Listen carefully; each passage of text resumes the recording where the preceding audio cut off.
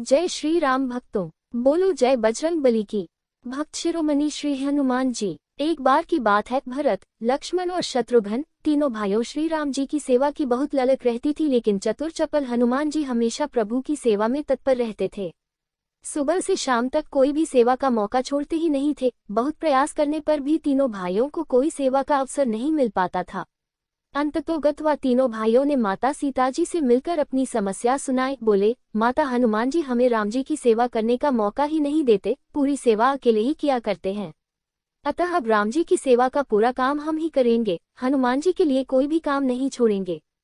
माता सीता जी ने उन्हें बहुत प्रकार से समझाया, लेकिन फिर भी वो नहीं माने।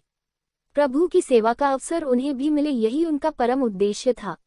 उन्होंने कहा कि माता, एक बार आप अवसर दें, हमारे साथ अन्याय हो रहा है। प्रभु की सेवा का अवसर हमें भी मिलाना चाहिए। बहुभांति समझाने पर भी जब वो नहीं माने तो माता ने प्रभु इच्छा समझकर अपनी सहमति दे दी। ऐसा विचार करके भरत, लक्ष्मण और शत्रुघ्न ने सेवा का पूरा काम आपस में बांट लिया। सारे काम की सूची बना ली गई और सबने उसमें से अपने अपने काम निर्धारित कर लिए। प्रभु के जगाने से लेकर उनके रात्रि के विश्राम के समय तक सभी सेवाएं उन्होंने बांट ली। हनुमान जी के लिए कोई भी काम नहीं छोड़ा गया। अगले दिन जब हनुमान जी सेवा के लिए सामने आए, तब उनको रोक दिया और कहा कि आज से प्रभु की सेवा बांट दी गई है, और कहा कि आज से आपके लिए कोई सेवा नहीं है। हनुमान जी ने कहा, अच्छा, कार्यों की सूची ही दिखा दे, हो सकता हो कोई कार्य रह गया हो।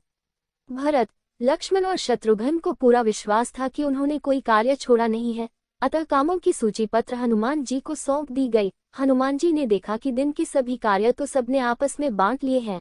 मन ही मन प्रभु श्री राम से प्रार्थना की। कुछ सोचने पर ध्यान आया कि भगवान को जम्हाई आने पर चुटकी बजाने की सेवा तो किसी ने भी ली ही नहीं है। उन्होंने कहा कि बाकी सब कार्य तो आपने बांट लिए हैं, लेकिन एक कार्य रह गया है। तीनों भाई सोच में पड़ गए कि हमने तो सारी सेवाएं लिख ली थी, अब क्या रह गया था। उन्होंने पूछा, कौन सी सेवा रह गई हनुमान जी? हनुमान जी ने कहा, सब सेवाएं तो हो गई हैं, लेकिन भगवान को जम्हाए आने पर चुटकी कौन बजाएगा? इसके लिए प्रभु को कष्ट देना उचित नहीं है, अतः ये सेवा मैं करूंगा। तीनों भाई हतप्रभ रह गए। ये सेवा किसी के ध्यान में ही नहीं आई थी, अतः हनुमान जी ने यही सेवा अपने हाथ में ले ली। हनुमान जी में प्रभु की सेवा करने की लगन थी। जिसमें लगन होती है उसको कोई न कोई सेवा मिल ही जाती है। प्रभु को लीला दिखानी थी, उनके भक्त के साथ कोई भेदभाव करे उन्हें कैसे सुहाता। युक्ति ऐसी निकली कि हनुमान जी भी आनंदमग्न हो गए। जय हो पवन पुत्र तुम्हारी, जय श्री राम।